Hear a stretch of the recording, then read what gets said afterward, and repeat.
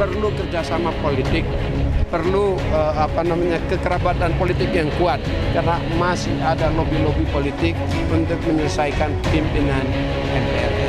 MPR RI akan memainkan peran yang strategis terkait dengan kehidupan politik dan outlook bangsa kita.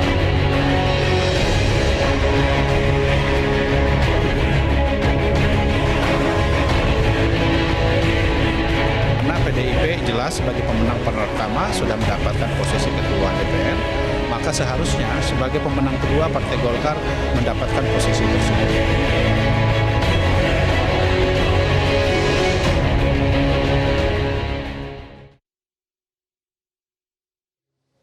Halo, selamat malam pemirsa. Anda menyaksikan Prime Talk Tajam Mendalam bersama saya Zilvia Iskandar. Setelah penetapan pimpinan DPR dan DPD RI, kini publik menanti siapa yang akan menjabat sebagai Ketua MPR. Berdasarkan Undang-Undang MD3, pimpinan MPR terdiri dari 9 orang perwakilan setiap fraksi partai politik di DPR dan 1 orang perwakilan DPD. Dan pemilihan Ketua MPR dilakukan secara musyawarah mufakat. Ketua MPR nantinya akan berperan signifikan dalam wacana menghidupkan kembali garis-garis besar haluan negara atau GBHN yang oleh sebagian pihak dikhawatirkan akan mengembalikan seperti ketika di zaman sebelum reformasi saat Presiden menjadi mandataris MPR. Lalu benarkah demikian? Dan seperti apa dinamika politik yang terjadi saat pemilihan Ketua MPR nanti?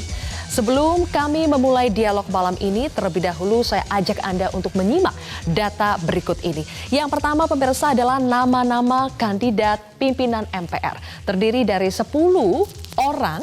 Yang pertama dari fraksi PDI Perjuangan. Ini sudah mengemuka nama Ahmad Basara yang sebelumnya juga menjabat sebagai Wakil Ketua MPR.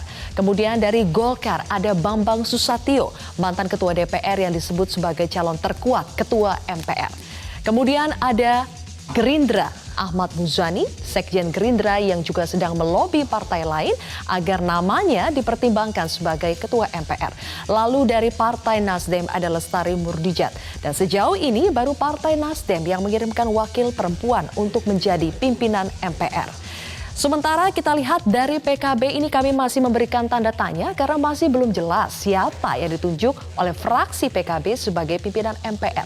Ada nama Maman Imanul Haq dan juga Daniel Johan yang disebut-sebut sebagai kandidat pimpinan MPR dari fraksi PKB. Selanjutnya kita akan lihat dari partai lainnya ada Partai Demokrat dengan Syarif Hasan yang diutus sebagai pimpinan MPR mewakili fraksi Demokrat. Kemudian ada Partai Keadilan Sejahtera atau PKS yang kembali mengutus Hidayat Nur Wahid sebagai pimpinan MPR. Kemudian dari PAN ini ada 2 nama yang mengemuka. Nama Zulkifli Hasan yang sebelumnya merupakan Ketua MPR periode 2014-2019 menjadi kandidat terkuat dari fraksi PAN. Namun belakangan muncul juga nama Hanafi Rais, putra dari Amin Rais yang disebut menjadi kandidat pimpinan MPR dari PAN. Kemudian dari P3 ada nama Sekjen P3 Arsul Sani yang digadang-gadang menjadi pimpinan MPR dari P3. Terakhir adalah pimpinan MPR dari unsur Dewan Perwakilan Daerah. DPD yang memiliki 136 anggota harus memilih 1 orang saja sebagai pimpinan MPR mewakili fraksi DPD. Namun hingga saat ini pemilihan masih berlangsung alot. Selanjutnya kita akan lihat pemirsa, Majelis Permusyawaratan Rakyat atau MPR ini memiliki kewenangan dan tugas.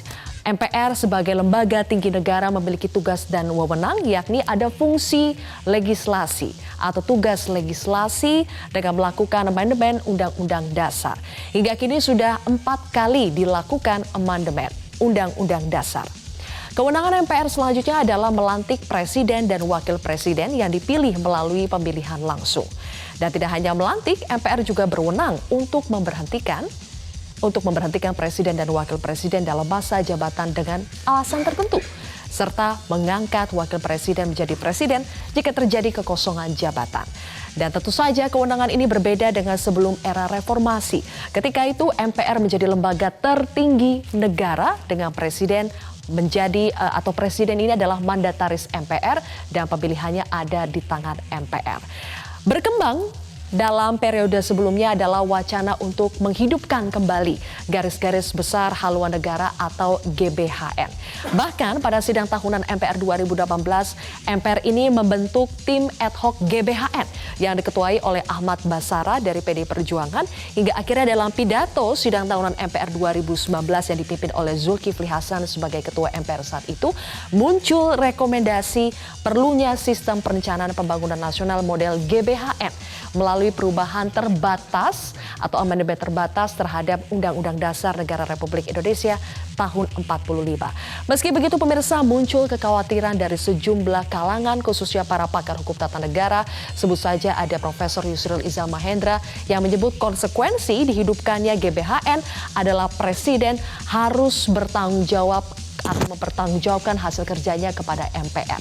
Hal yang sama juga diungkapkan oleh pakar hukum tata negara dari Universitas Andalas, Ferry Amsari. Menurut Ferry Amsari, jika terjadi amandemen itu maka MPR ini akan menjadi lembaga tertinggi negara dan Presiden harus bertanggung jawab untuk melaksanakan apa yang dikehendaki MPR melalui GBHN. Sementara pengamat politik UIN Adi Praitno menyebut tidak ada urgensi sebetulnya yang mengharuskan GBHN untuk dihidupkan kembali. Presiden kini menjalankan visi misi yang disampaikan sejak berkampanye kepada rakyat dan rencana pembangunan jangka menengah nasional atau RPJMN yang disusun oleh eksekutif sejauh ini tidak pernah melenceng dari Undang-Undang Dasar. Untuk membahasnya lebih lanjut, siapa yang berhak untuk menjadi ketua MPR dan apakah perlu untuk menghidupkan kembali GBHN? Kami sudah kehadiran ada dua orang narasumber di studio. Saya perkenalkan ada Bang Joni G. Plate, Sekjen Partai Nasdem. Bang Joni, selamat malam. Selamat malam, Sylvia. Selamat malam, dan juga kemudian ada Burhanuddin Muhtadi, Direktur Eksekutif Indikator Politik Indonesia. Mas Burhan. Malam. Selamat malam, dan bergabung dari luar studio adalah Daniel Johan, Ketua DPP PKB. Mas Daniel, selamat malam. Selamat malam Mbak, selamat malam abang kita semua. Baik, saya mulai dulu ya dari Mas Daniel Johan, karena tadi di presentasi saya itu nama atau kandidat pimpinan MPR dari PKB masih kosong. Mas Johan, saya tanya lagi untuk kedua kalinya. Kemarin saya sudah tanya siapa jadi perwakilan pimpinan MPR dari fraksi PKB. Masih belum tahu Mbak, karena malam ini setelah ini justru kita akan melakukan rapat membahas secara mendalam ya antara DPP dengan fraksi. Mudah-mudahan nanti ada keputusan. Kenapa sampai saat ini masih belum tahu juga, Mas Daniel? Ya karena belum dibahas, karena sebelumnya kita membahas masalah pimpinan fraksi, pimpinan yang lain. Jadi karena kita masih ada waktu untuk MPR, makanya malam ini baru pembahasan. Oke, membahasnya ini apakah sudah mengkerucut ke beberapa nama, jadi tinggal beberapa nama itu saja yang dibahas? Belum, justru malam ini mungkin dari anggota DPP dan fraksi baru mengajukan alternatif-alternatif. Siapa saja kandidatnya, Mas Daniel Johan? Belum apakah tahu termasuk juga. Anda? Mestinya enggak. Tidak, Anda tidak termasuk kandidat pimpinan MPR? Tidak, Mbak. Tidak. Apakah Maman Imanul Haq? Belum tahu Mbak, mungkin malam ini ya nanti kita baru tahu, karena ya siapapun sebenarnya bisa diajukan ya, tetapi nanti kan kita akan membahas secara keseluruhan, karena bukan hanya kita memikirkan MPR misalkan ada satu calon, misalkan si A, tapi kan kita lihat juga apakah dari pimpinan AKD, pimpinan dari komisi yang lain, itu juga dia dibutuhkan. Nanti kita lihat siapa yang paling tepat di antara semua nama. Oke, kalau begitu sekarang saya ke Bang Joni terlebih dahulu. Bang Joni, sampai hari ini sudah sejauh mana lobi politik untuk menentukan siapa ketua MPR? Ya, ini sudah perkembangannya sudah sangat advance ya. Sudah jauh maju, bahkan sampai tadi siang setelah rapat paripurna MPR pun ada pembicaraan lanjutan yang juga dihadiri oleh hampir semua ketua fraksi MPR ya. Berbicara, berdiskusi, dan sudah mengkristal. Nah, kalau pimpinan MPR dari unsur fraksi-fraksi, ya, mungkin sudah hampir definitif. Mas Daniel tadi mungkin berbicara masih malu-malu karena prosedur formal saja. Ya. Jangan-jangan Nasdem sudah tahu siapa wakil PAN dari sudah PKB. definitif di situ, PKS sudah definitif. Ya, Apakah betul Nasdem sudah tahu siapa wakil definitif dari PKB? Pembicaraan di antara pimpinan-pimpinan fraksi sudah hampir definitif, gitu ya. Yang krusial barangkali adalah justru dari DPD, karena proses pemilihan di DPD itu ada dua yang harus segera diputuskan.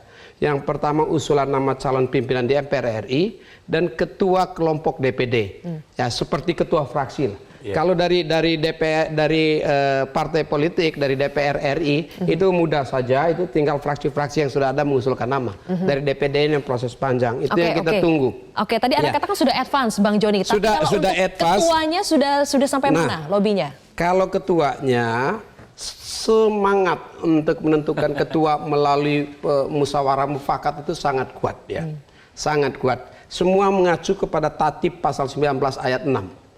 Yaitu musyawarah, bukan pasal 19 ayat 8 voting. Karena ini sejalan juga dengan semangat revisi Undang-Undang MD3 yang melebarkan pimpinan dari 5 menjadi 10. Waktunya sekarang untuk menunjukkan pada masyarakat bahwa betul dulu semangat itu ya diterjemahkan dengan baik pada saat menentukan pimpinan MPR ya saat ini. Kalau itu gagal dilakukan, maka MPR ya tentu tidak mendapat perhatian atau tidak sejalan lah ya, nanti ini kredibilitas MPR bisa dipertanyakan masyarakat. Nah dari sisi itunya lobbynya berjalan sangat advance dan sudah terlihat petanya. Namun peta untuk ya, ketua MPR siapa saja? Namun ya itu dia. Namun kalau dihitung secara realistis dari jumlah dukungan fraksi-fraksi, calon dari Golkar Pak Bambang Susatyo itu hampir definitif lah itu yang akan menjadi ketua MPR. Hampir definitif, Anda menyimpulkan seperti itu dasarnya? Karena ya ada dasarnya pembicaraan di antara pimpinan fraksi pasti. Siapa saja pimpinan fraksinya? Komunikasi dengan ketua-ketua partai. Satu, yang sudah sepakat Bambang Susatyo yang siapa, pertama Bang Joni? tentu soliditas koalisi pengusung presiden yang ada di DPR. 5 itu.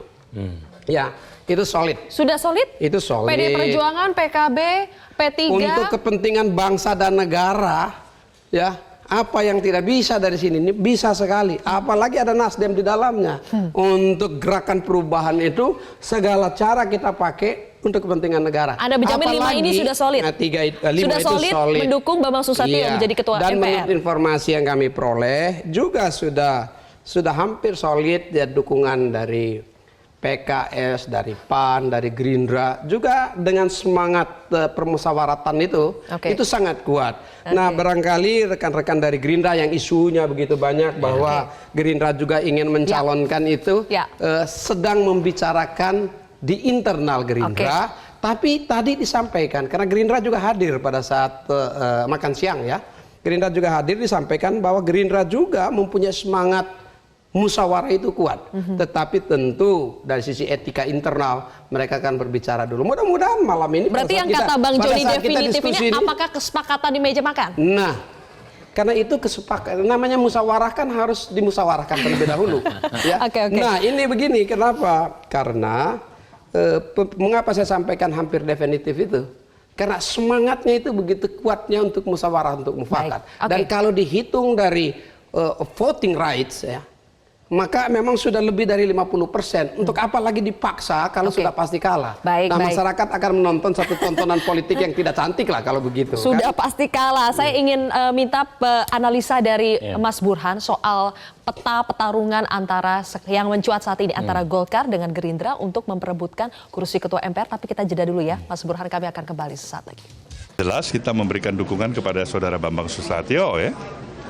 Dari keluarga besar Partai Golkar ya, dari pertimbangan banyak aspek, baik secara personal dalam kemampuan yang dimilikinya, kemudian juga dari representasi partai yang diwakilinya, dua-duanya.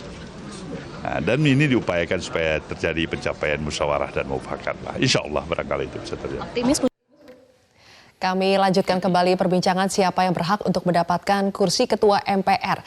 Mas Burhan, sebelum menjawab peta pertarungan antara yang mengerucut saat ini, Gerindra dengan Golkar, apa sebetulnya seberapa penting dan prestisius posisi ketua MPR? Setidaknya ada 3 peran yang sangat krusial yang akan membuat MPR seksi di mata para politisi. Pertama adalah bagaimanapun pintu masuk amandemen itu melalui MPR.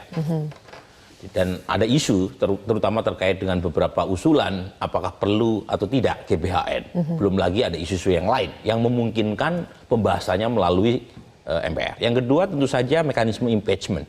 Itu juga melalui MPR. Kemudian yang terakhir, bagaimanapun kalau ada halangan yang berkaitan dengan jabatan presiden, proses pergantian wakil presiden melalui MPR juga. Jadi ada 3 hal yang selalu membuat MPR seksi di mata politisi. Meskipun tentu saja peran itu kan sangat tergantung oleh situasi politik. Jadi sangat kondisional. Belum tentu tiga-tiganya dimainkan perannya oleh MPR. Kalau tidak ada kejadian luar biasa, ya MPR menjadi forum yang mempertemukan DPD dan DPR saja. Kalau soal peta pertarungan antara Golkar dengan Gerindra, antara Bambang Susatyo dengan Ahmad Muzani. Pertama, kalau dari sisi jumlah, tentu koalisi pemerintah di atas partai oposisi. Jadi pada titik itu sebenarnya Golkar relatif diuntungkan. Cuma masalah kemudian yang patut untuk kita diskusikan adalah apakah koalisi pemerintah solid menunjuk Golkar sebagai mereka yang akan diwarisi atau diinginkan untuk sebagai ketua MPR. Itu satu isu tersendiri. Kalau kata Bang Joni tadi solid. Jadi koalisi kan bagaimanapun ada pertarungan terkait dengan perebutan posisi tawar, ada rivalitas diam-diam yang memungkinkan diskusi di belakang layar. Kalau koalisi pemerintah tidak solid untuk menunjuk siapa yang menjadi ketua MPR, Gerindra yang dapat. Sejauh ini Anda lihat bagaimana posisi koalisi pemerintah, apakah solid? Kita harus menunggu sampai malam ini. Gitu ya. Jadi meskipun Mas Bambang Susatyo relatif bisa diterima oleh kawan-kawan koalisi, tetapi kita masih harus menunggu PD Perjuangan. Baik, masih menunggu PD Perjuangan. Jangan lupa, kalau Golkar sudah ditetapkan misalnya sebagai representasi dari kepemimpinan MPR dari koalisi, pertanyaan berikutnya yang patut untuk kita diskusikan, apakah internal Golkar sepakat? Kan Golkar dulu baru kemudian siapa orangnya. Nah, di dalam internal Golkar kan ada faksi-faksi juga. Jadi faksi kalau dari internal sepertinya sudah ada hal yang mengerucut ke Mas Bambang Susatyo. Nah, ini mungkin bisa ditanyakan juga ke Bang Joni, karena sepertinya Nasdem, apakah betul telah terjadi deal politik atau Pak Surya yang menjadi menengah antara Erlangga Hartarto dengan Bambang Susatyo sehingga sepakat akhirnya Golkar ini mengusung Bambang Susatyo sebagai pimpinan atau ketua MPR? Sylvia, jadi mengurus negara itu aspeknya banyak sekali. Ya, kalau dari sisi Nasdemnya, dari sisi Bang Surya itu adalah bagaimana smoothnya proses bernegara kita. Apabila ada kemelut di salah satu partai ya yang bisa mempengaruhi keseluruhan proses bernegara, tidak salah kalau kita bersama-sama untuk ikut ya menyelesaikannya. Dan saya tentu berterima kasih sekali bahwa soliditas Golkar saat ini sangat kuat saat ini. Per hari ini itu sangat kuat. Di mana secara internal dengan pengalamannya yang panjang Golkar. Dan kenapa Nasdem bisa mengatakan seperti itu? Ya kami kan berdiskusi, berbicara, melihat dan mendengar secara langsung gitu prosesnya. Dan pada saat di mana Golkar secara terbuka menyampaikan bahwa akan mendukung Pak Bambang Susatyo sebagai calon ketua MPR dan Pak Aziz Samsudin yang sudah ditetapkan sebagai wakil ketua DPR, maka terlihat sekali penyelesaian Golkar ini begitu smooth dan canggih dan cantik. Nah, dari situ sudah kelihatan. Kami sih ya terus terang secara internal melihat bahwa MPR ini dari sisi pimpinan mungkin sudah tidak terlalu bermasalah, ya. Tapi yang harus diperhatikan adalah apa? Proses penentuan dan pengambilan keputusan ketua MPR jangan sampai menjadi alat leverage kepada presiden. Maksudnya gimana tuh Bang Joni? Ya. Kan ini MPR selesai dulu baru presiden. Ya. Jangan sampai rencana untuk persetujuan di MPR dengan kondisi dan prasyarat yang mengkaitkan presiden. Nah, setelah MPR kan masih ada satu pembagian kewenangan dan kekuasaan ini adalah kabinet. Jangan sampai MPR ini alat leverage presiden. Apakah kita harus sudah ada indikasi yang berusaha memanfaatkan secara itu? teoritis politik bisa saja itu terjadi. Tapi kita kan selalu harus menjaga agar lembaga negara berproses sebagaimana aturan konstitusinya masing-masing. Pernyataan itu Bang Joni ini kalau kita baca secara read gitu. between the line itu udah clear sebenarnya. Jangan dipakai sebagai alat untuk menaikkan posisi tawar. Gitu. Dan dalam konteks itu kalau Cuma Bang tadi Joni belum mau mengemukakan siapa yang memanfaatkan itu sebagai alat posisi tawar. Nah, kalau tadi Bang Surya kan sudah jelas menyampaikan ya bahwa Pak Bambang Susatyo yang sudah secara terbuka disampaikan atau ditunjuk oleh Golkar dengan reputasinya. Apalagi satu lagi Pak Bambang Susatyo ini sudah teruji betul ya reputasinya sebagai garda terdepan konsensus dasar kebangsaan. Itu MPR penting sekali. Baik, kalau tadi Bang Joni mengatakan dari Golkar sudah smooth, sudah satu suara mengenai siapa yang mereka tunjuk sebagai pimpinan MPR. Dari Nasdem juga sudah smooth pastinya dengan Ibu Lestari Murdijat. PKB sekali lagi ini kata Mas Daniel masih dalam proses, tapi sudah ada sebetulnya nama-nama yang beredar di kalangan media. Ada Mas Daniel Johan sendiri namanya juga ikut masuk, kemudian ada nama Jazilul, ada nama Maman Imanul Haq. Apakah dua nama terakhir yang saya sebutkan Mas Daniel memang sudah masuk dalam bursa yang akan ditunjuk oleh PKB sebagai pimpinan MPR? Ya kalau masuk ya mereka termasuk lah karena bagian dari kader terbaik. Tetapi kepastiannya ya besok yang akan diajukan resmi surat dari dari fraksi kepada pimpinan. Oke, masih belum mau mengungkapkan Mas Daniel, tidak apa-apa. Kalau begitu saya masuk ke pertanyaan bagaimana posisi PKB dalam mendukung nama yang digadang-gadang ada nama Bambang Susatyo sebagai Ketua MPR. Apakah betul bahwa koalisi pemerintah sudah solid untuk mendukung Bambang Susatyo sebagai Ketua MPR? Ya sejauh ini sih ada kesepakatan ya, maksudnya dari koalisi pemerintah cukup solid ya. Ada suatu musyawarah kebersamaan bahwa saat ini mungkin pilihan terbaik adalah dari yang diajukan oleh Golkar. Nah tetapi dan peta politik saat ini memang hampir dipastikan suara yang akan dihasilkan itu akan memenangkan Pak Bambang Susatyo, dan PKB posisinya tentu menitipkan siapapun yang terpilih nanti ya konstitusi harus ditegakkan dengan baik ya, Pancasila semakin teraktualisasi dalam kehidupan kebangsaan, dan yang tidak kalah pentingnya adalah harus ikut menjaga dan mengawal pemerintahan berjalan dengan baik dan lancar. Oke, jadi Anda mengonfirmasi apa yang dikatakan oleh Bang Joni G. Plate bahwa koalisi pendukung pemerintah terdiri dari PDI Perjuangan, Golkar, Nasdem, PKB dan juga P3 sudah solid mendukung Bambang Susatyo? Ya, sejauh ini ya. Baik, Mas Burhan, tadi Anda sempat bilang kecuali PDI Perjuangan. Maksud apa? Maksud Anda itu bagaimana? Karena dari Bang Joni, dari Mas Daniel bilang kalau koalisi pemerintah itu sebetulnya sudah solid untuk mendukung Bambang Susatyo. Bukan, kita menunggu konfirmasi dari PDI Perjuangan. Karena bagaimanapun beliau sebagai bagian dari partai koalisi itu share-nya paling banyak dilihat dari sisi kursi maupun suara.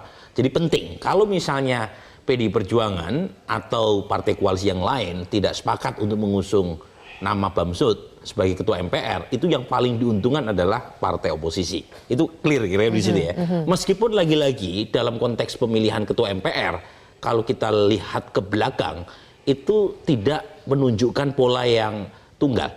Misalnya waktu Pak Zulkifli Hasan terpilih, itu yang terjadi adalah pengerasan antara partai koalisi pemerintah, yaitu koalisi Indonesia Hebat versus koalisi Merah Putih yang mendukung Pak Prabowo di 2014. Dan yang menang adalah KMP. Dan mereka menunjuk dalam sistem paket namanya Zulkifli Hasan. Padahal Partai PAN itu jauh di bawah perolehan tiga besar. Nah di 2009 atau bahkan sebelumnya ya pada waktu Pak SBY itu ada semacam MOU. Jadi MOU diam-diam bahwa partai koalisi pendukung Pak SBY itu mengikhlaskan kepada PDI Perjuangan sebagai ketua MPR. Jadi bagian dari sinyal Pak SBY untuk menarik rekonsiliasi, Taufik Kemas yang ditunjuk. Kalau misalnya mau voting, yang menang pasti partai pendukung Pak SBY saat itu. Jadi lagi-lagi tidak ada rumus tunggal dalam konteks pemilihan ketua MPR. Dan melihat konstelasi sekarang, kalau misalnya partai koalisi solid, saya kira nggak ada gunanya juga. Misalnya Gerindra memaksakan diri sebagai ketua MPR. Karena hitungan di atas kertas memang ya kalah gitu. Baik, ya mungkin Silvi sedikit aja ya.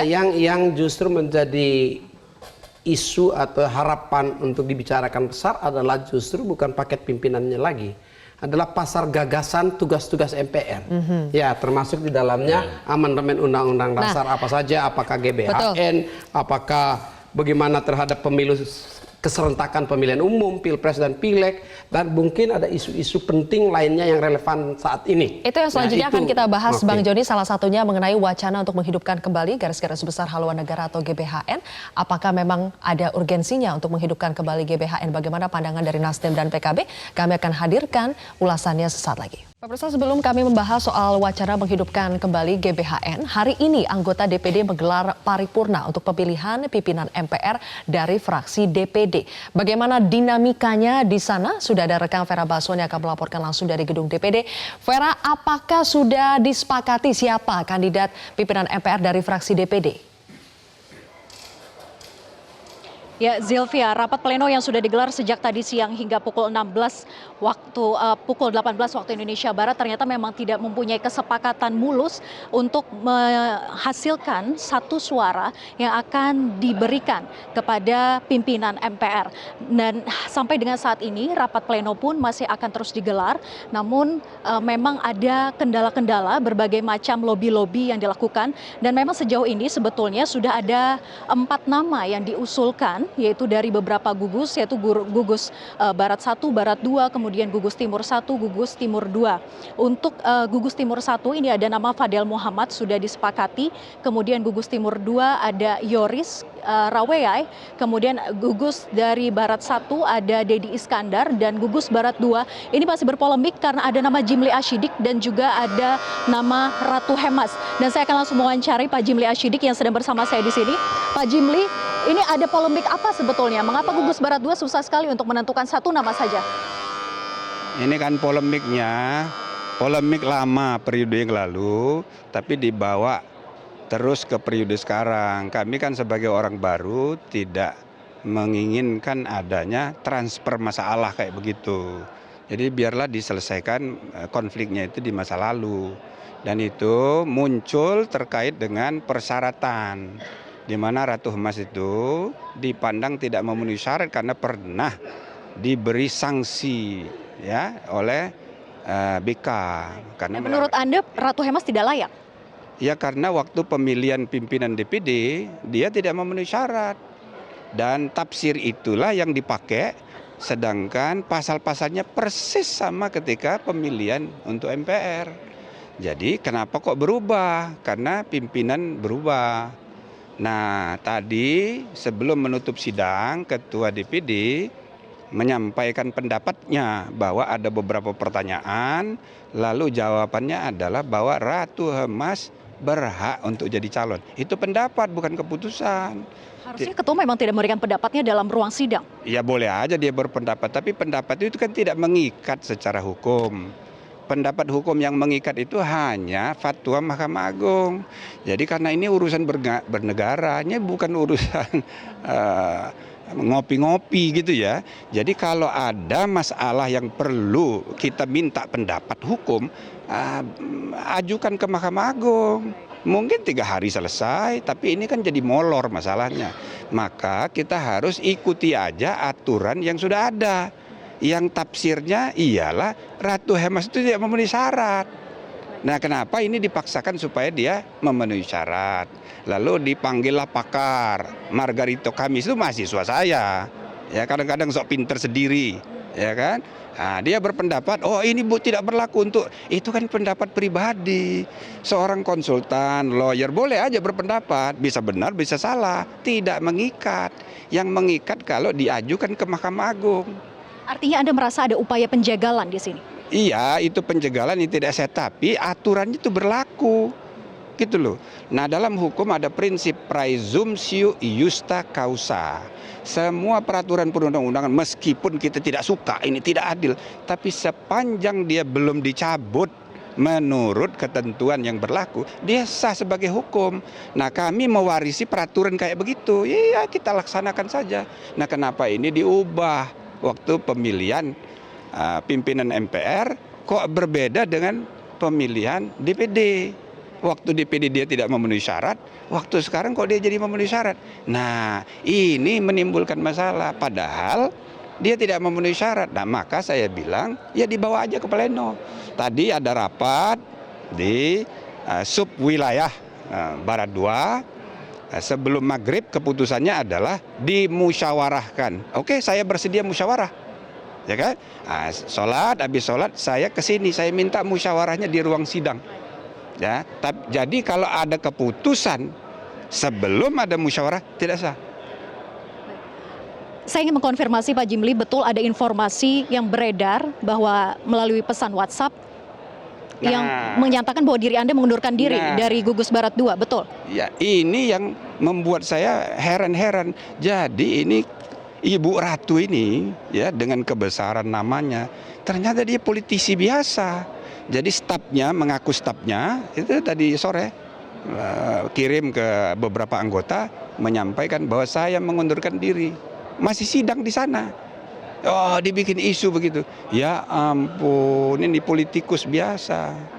Gitu loh. Jadi saya rasa ini bohong gitu ya. Padahal kan saya tidak mundur karena pendukung saya ini ya kan sangat berharap untuk memperbaiki konstitusi kita bagaimana, DPD ini bagaimana diperbaiki, MPR juga. Tapi kalau melihat dari suara Gugus Barat 2, ini memang lebih condong ke Anda atau ke Ibu Ratu Hemas sebetulnya? Kalau diput, ya bisa 50-50, ya kan. Nah, tapi kalau dengan cara yang tidak adil, yang tidak sah, semena-mena ya nggak bisa. Anda tetap maju? Dan memang sebaiknya itu dipilih nasional. Nah, kalau dipilih nasional, ya saya rasa ya belum tentu dia populer seperti harapannya. Karena di Sumatera, di Gugus Timur 1 dan 2, ya belum tentu dia punya nama. Dia kan hanya di Jawa saja dia punya nama. Jadi saya rasa biarlah adil, demokratis. Nah, kalau kita mulai pekerjaan dengan tidak sehat kayak begini, ini akan terus membekas 5 tahun. Ya. Pak Jimli Asyidik sudah bergabung bersama kami. Dan itu tadi penjelasan dari Jimli Asyidik, salah satu kandidat dalam Gugus Barat 2 yang memang ini sedang berkonflik di dalam Gugus Barat 2. Ada nama Ratu Hemas juga yang terus berhasrat untuk menjadi salah satu kandidat yang akan maju dalam unsur DPD dalam pimpinan MPR nantinya. Dan sampai dengan saat ini Jimli Asyidik mengupayakan agar memang dirinya tidak akan mundur karena tidak ingin mengecewakan suara-suara yang sudah mendukung dirinya dalam Gugus Barat 2 ini. Bahkan ia menyatakan, ia meminta untuk musyawarah dan mufakat, tapi musyawarah mufakat ini dilakukan di ruang rapat pleno yang saat ini Anda lihat yaitu di Gedung Nusantara 5, agar tujuannya adalah seluruh anggota dari DPD ini menyaksikan secara langsung apa yang terjadi dan pemusyawaratan seperti apa yang dilakukan. Dan apakah memang ada persetujuan pelanggaran-pelanggaran kode etik yang sudah dilakukan Ratu Hemas sebelumnya, ini bisa disetujui oleh semua anggota, apakah itu memang bisa sah atau tidak menjadi calon ataupun juga kandidat yang akan dimajukan dalam pimpinan MPR nantinya, yaitu dari unsur DPD. Kita akan terus ikuti seperti apa rapat pleno yang akan dimulai sesaat lagi. Sementara demikian, Zilvia, kembali ke Anda. Baik, terima kasih rekan Vera Baswan. Sepertinya masih alot, masih dinamis sekali, masih ada nama-nama yang belum diputuskan. Nanti kita akan lihat bagaimana perkembangan terkini untuk memilih satu dari 136 anggota DPD untuk menjadi unsur pimpinan MPR. Kami akan lanjutkan kembali Prime Talk dengan pembahasan apakah perlu menghidupkan kembali GBHN. Kami akan kembali sesaat lagi. Baik pemirsa, sekarang kami akan membahas soal wacana untuk menghidupkan kembali GBHN yang mencuat bahkan di sidang tahunan 2019. Ketua MPR sebelumnya Zulkifli Hasan menyebut untuk meneruskan wacana garis-garis besar atau menghidupkan kembali garis-garis besar haluan negara. Saya ingin tanya pendapat PKB, kembali bergabung dengan Mas Daniel Johan. Mas Daniel, bagaimana sejauh ini pandangan PKB soal wacana menghidupkan kembali GBHN? Apakah ini perlu menurut PKB? Ya, kalau bagi kami secara prinsip GBHN itu diperlukan, tetapi yang harus dipikirkan memang secara detail ya, karena sekarang perubahan zaman itu begitu cepat dengan adanya teknologi yang semakin canggih, sehingga jangan sampai GBHN yang dibuat menjadi tidak relevan hanya dalam waktu 5 tahun misalkan. Nah, sehingga memang kalaupun ada GBHN kita harus melihat bentuknya yang bisa menjawab tantangan bisa sampai 25-50 tahun ke depan, Mbak. Oke, terima kasih Mas Daniel John atas pendapat Anda. Dan pemirsa, sekarang saya juga sudah tersambung dengan pakar hukum tata negara, ada Bivitri Susanti. Selamat malam, Mbak Bivitri. Selamat malam. Mbak Bivitri, apa konsekuensi jika menghidupkan kembali GBHN? Yang jelas GBHN sebenarnya tidak relevan dengan sistem presidensil yang sekarang kita anut setelah amandemen. Kenapa? Karena GBHN itu kan dulunya sebenarnya bentuk dari mandat dari MPR yang dulu memilih presiden supaya ada program yang jelas bagi presiden gitu ya. Dan kemudian GBHN juga yang akan menentukan apakah seorang presiden itu sudah melanggar haluan negara itu atau tidak begitu. Nah sekarang dengan kondisi bahwa presiden dipilih oleh rakyat secara langsung, GBHN menjadi tidak relevan. Konsekuensinya apa? Sebenarnya jadi tidak ada konsekuensi apapun, tidak ada gunanya bahkan ya. Akhirnya hanya ingin ada kontrol terhadap presiden maupun lembaga-lembaga negara lainnya. Yang saya dengarkan ini yang diinginkan. Jadi semuanya satu haluan begitu. Nah pertanyaannya dalam konteks demokrasi yang modern yang sekarang dimiliki oleh Indonesia, yang jauh berbeda dari ketika para pendiri bangsa ini tahun 1945 membuat Undang-Undang Dasar 45, itu masih relevan tidak diterapkan sekarang?